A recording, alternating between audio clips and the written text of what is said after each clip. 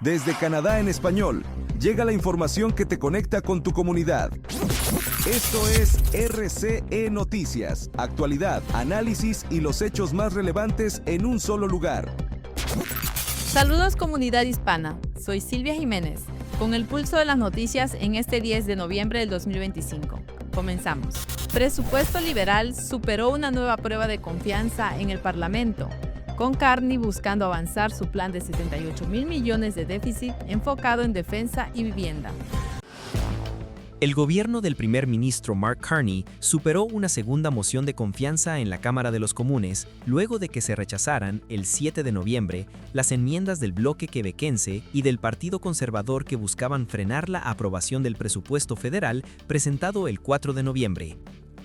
La enmienda del bloque quebequense que pedía rechazar el plan fiscal por no atender sus demandas fue rechazada con votos de liberales y conservadores, mientras que los neodemócratas la respaldaron. Horas después, también fue desestimada la enmienda de los conservadores, impulsada por su líder Pierre Poilievre, que proponía rechazar el presupuesto por no responder a sus prioridades. En esa votación, liberales, neodemócratas y bloquistas votaron en contra. Esas votaciones son de carácter procedimental, pero al tratarse del presupuesto, cuentan como mociones de confianza. En caso de que el gobierno las pierda, se puede detonar una elección federal anticipada. Aunque poco frecuente, hay precedentes. En 1979, el gobierno del entonces primer ministro Joe Clark cayó tras no lograr apoyo para su presupuesto. El Parlamento entrará en receso por el Día del Recuerdo y retomará sesiones el 17 de noviembre, cuando se espera la votación de primera lectura del presupuesto. Aún no hay garantías de apoyo final. Los conservadores adelantaron su rechazo. El bloque quebequense mantiene dudas. La líder del Partido Verde, Elizabeth May, pidió cambios sustanciales y el nuevo Partido Democrático evalúa su postura. Del presupuesto dependen inversiones, recortes y programas públicos que impactan empleo, servicios de salud, apoyo social e inmigración. Mientras tanto, Pierre Poilievre reiteró que el presupuesto no responde a las necesidades que los canadienses están enfrentando. Carney y Poilievre presentan visiones opuestas para la economía. Carney apuesta por inversión masiva en infraestructura, mientras Poilievre promete reducción de trabas burocráticas y recortes fiscales para estimular el crecimiento. El viernes 7 de noviembre de 2025, Mark Carney y Pierre Poilievre se enfrentaron sin cruzarse. Ambos dieron discursos simultáneos en Toronto, separados apenas por 3 cuadras, mostrando dos visiones irreconciliables para la economía canadiense tras el presupuesto federal con un déficit de 78,000 millones de dólares. Carney, frente a 500 empresarios en el Canadian Club Toronto, aseguró que su plan es invertir 450,000 millones en 5 años en defensa, infraestructura y productividad. Preservamos los programas sociales y mantenemos el déficit más bajo del G7, dijo, resaltando que la inversión busca transformar la economía y mantener la estabilidad fiscal. También prometió que los proyectos de energía, incluyendo nuevos oleoductos en Alberta, avanzan según lo planeado, con un enfoque de bajas emisiones de carbono. A pocas cuadras, Pierre Poilievre presentó su visión en el Economic Club of Canada, ante 400 empresarios, y criticó el presupuesto liberal. Los liberales ponen obstáculos y luego piden que les rueguen subsidios.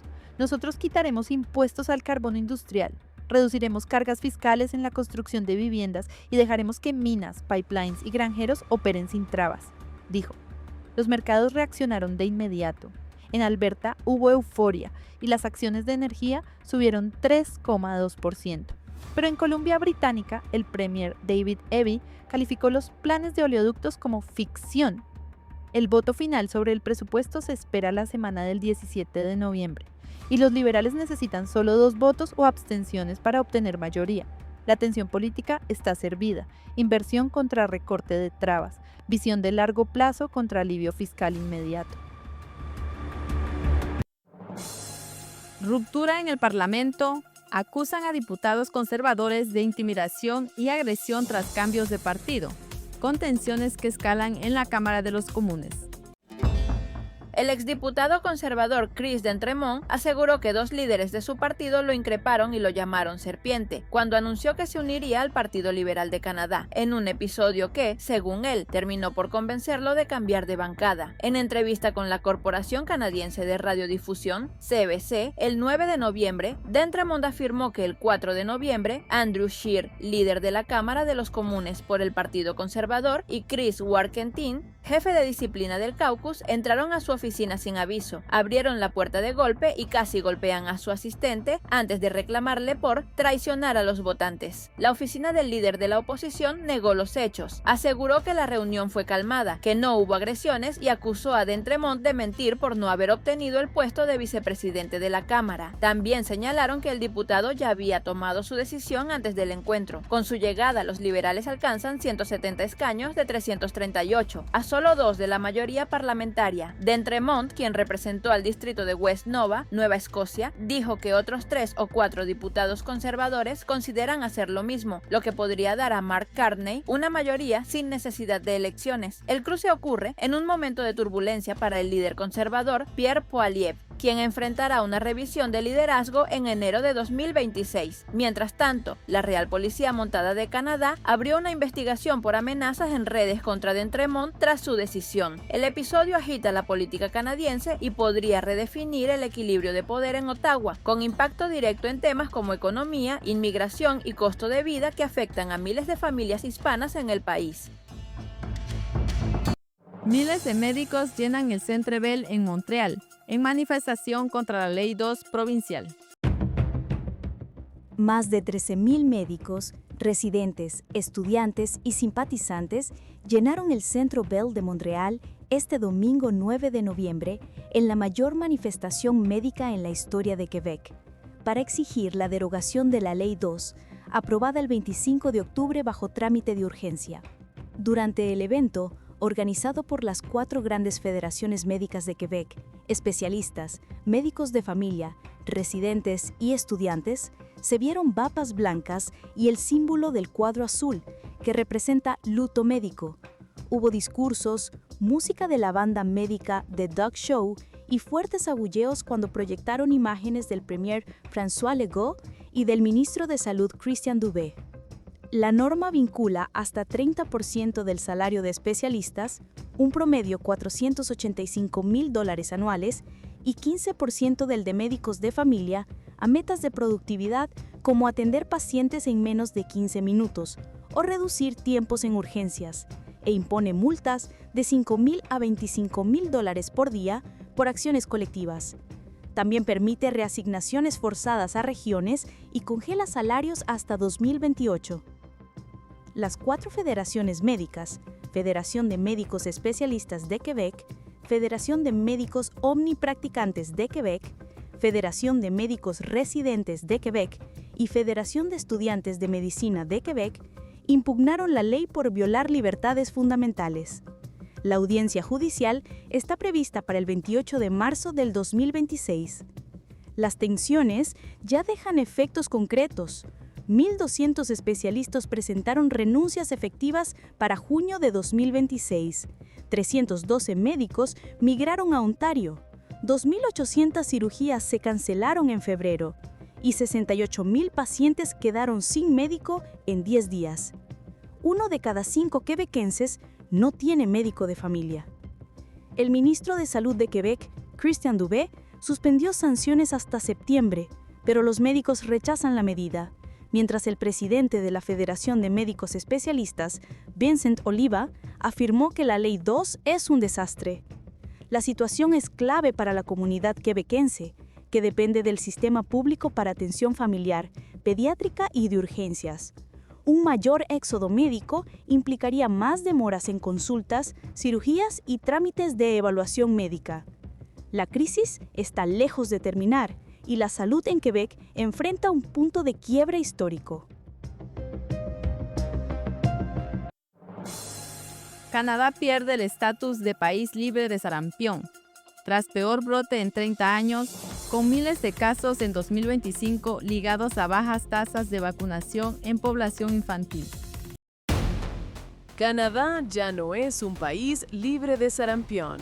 La Organización Panamericana de la Salud notificó a la Agencia de Salud Pública de Canadá que el país perdió esta certificación debido a un brote que ya supera un año de transmisión continua. Este estatus, otorgado por la Organización Mundial de la Salud, había sido conseguido por Canadá en 1998, lo que significaba que la enfermedad no circulaba de forma sostenida dentro del país. Perderlo es un golpe directo a la percepción de solidez del sistema de salud pública.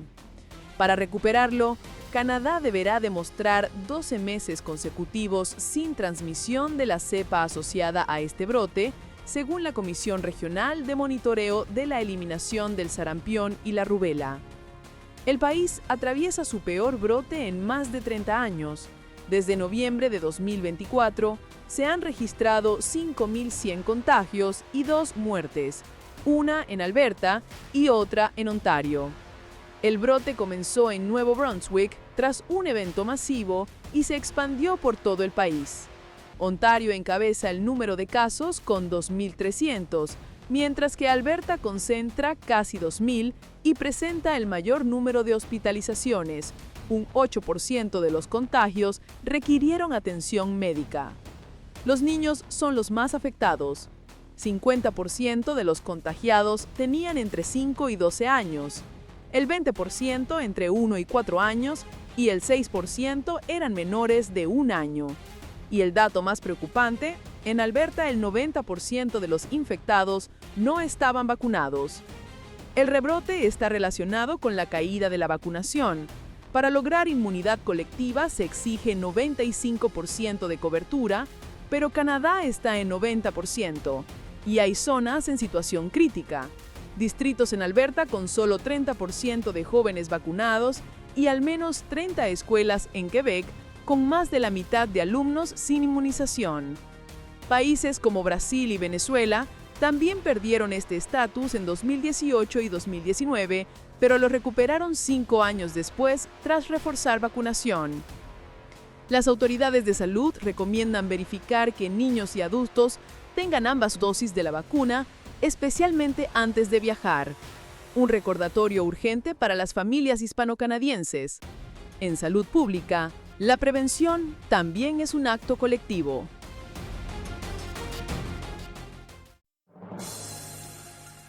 Las aerolíneas cancelan más de 1.500 vuelos en Estados Unidos por cierre de gobierno, afectando rutas a Canadá y generando caos en aeropuertos internacionales. Las aerolíneas cancelaron este lunes 10 de noviembre más de 1.000 vuelos en Estados Unidos por cuarto día consecutivo, mientras los recortes de vuelos provocados por el cierre del gobierno y las ausencias de personal de tráfico aéreo siguen causando estragos en la aviación. FlightAware, un sitio web de seguimiento de vuelos, dijo que más de 1.550 vuelos han sido cancelados y 1.200 retrasados este lunes, 10 de noviembre, después de 2.950 vuelos cancelados y casi 10.800 retrasados el domingo, 9 de noviembre, en el peor día de interrupciones de vuelos desde que comenzó el cierre del gobierno el pasado 1 de octubre. Entre los aeropuertos afectados se encontraban Newark y La Guardia en Nueva York, el O'Hare en Chicago y el Hartsfield-Jackson en Atlanta. Desde el viernes 7 de noviembre, la Administración Federal de Aviación, el regulador del transporte aéreo estadounidense, ha pedido a las aerolíneas que reduzcan gradualmente sus vuelos para aliviar la presión sobre los controladores de tráfico aéreo, que trabajan sin paga. Comenzó la COP30 en Brasil con llamado a soluciones y con líderes exigiendo compromisos reales para limitar el calentamiento global en los próximos años. Comenzó en Brasil la COP30, la conferencia climática de la ONU que busca salvar los esfuerzos globales frente al calentamiento. En la apertura oficial del encuentro, Naciones Unidas pidió a los países reunidos en la ciudad brasileña de Belém acelerar los esfuerzos para reducir las emisiones y mantener vivo el objetivo de limitar el calentamiento global a 1,5 grados Celsius en comparación con el periodo preindustrial, un objetivo planteado por el Acuerdo de París de 2015. But I'm not sugarcoating it. We have so much more work to do. No estoy endulzando la situación, tenemos mucho más trabajo por hacer. Debemos avanzar mucho más rápido, tanto en la reducción de emisiones como en el fortalecimiento de la resiliencia. Podemos y debemos reducir las temperaturas nuevamente a 1,5 grados Celsius después de cualquier excedente temporal. Lamentarse no es una estrategia, necesitamos soluciones. Lamenting is not a strategy. We need solutions.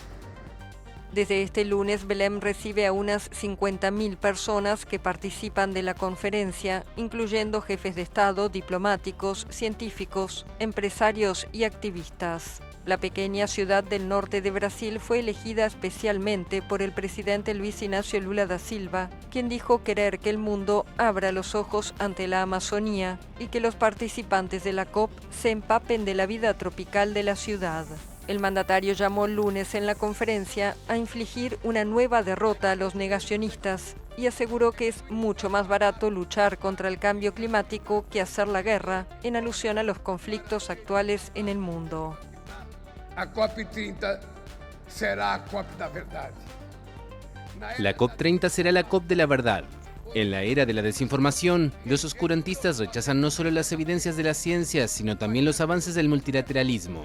Controlan algoritmos, siembran el odio y propagan el miedo. Atacan las instituciones, la ciencia y las universidades. Es momento de imponer una nueva derrota a los negacionistas. É momento de impor uma nova derrota aos negacionistas. Lula ha propuesto una hoja de ruta para salir progresivamente de las energías fósiles. Esa promesa fue adoptada en la COP28 de Dubái, pero actualmente choca con un apoyo renovado a la industria petrolera, especialmente desde la elección de Donald Trump, que considera el calentamiento la mayor estafa de la historia. Por primera vez, Estados Unidos, segundo emisor mundial de gases de efecto invernadero después de China, no participará de las reuniones. Por su parte, quienes reclaman ser escuchados son los pueblos indígenas. El domingo arribó a Belém la flotilla Yacumama, tras 25 días navegando por el río Amazonas desde Ecuador. Nuestras demandas son claras, la participación efectiva de los pueblos indígenas en las mesas de negociación. No puede haber una discusión climática sin los pueblos indígenas, sin las mujeres, sin las juventudes. La conferencia climática se extenderá hasta el 21 de noviembre. El Atlético Ottawa se consagra campeón de la Liga Canadiense en una final llena de nieve. Un partido que parecía de película. Este domingo, en el TD Place, Ottawa, el Atlético Ottawa y Cavalry FC disputaron la final de la Canadian Premier League bajo una tormenta de nieve histórica, 20 centímetros de nieve y -8 grados Celsius. Entre resbalones, sopladores de nieve y porteros que tuvieron que agarrar palas, David Rodríguez, de 23 años y primera temporada en Ottawa, sorprendió con su Icicle Kick, una bicicleta que se coló tras rebotar en el travesaño, un gol que ya es historia del fútbol canadiense. El partido terminó 2-1 en tiempo extra a favor de Atlético Ottawa, que conquista su primer título en la CPL, pero lo que quedará en la memoria fue la tormenta, la nieve y un gol que desafió la física. Y en eso cierra nuestro programa el día de hoy, queridos amigos. Gracias por su sintonía y un cálido saludo a Javier López de Winnipeg, en la provincia de Manitoba, y a la comunidad salvadoreña por su lealtad constante. Soy Silvia Jiménez, nos reencontramos mañana. Hasta la próxima. Suscríbete, dale like y comparte, porque la información no se detiene y nosotros tampoco. Esto fue RCE Noticias. Mantente informado todos los días con las noticias más relevantes de Canadá y del mundo hispanohablante. Sigue conectado a nuestra programación y no te pierdas las próximas emisiones. Aquí, en Canadá en Español. Hasta la próxima.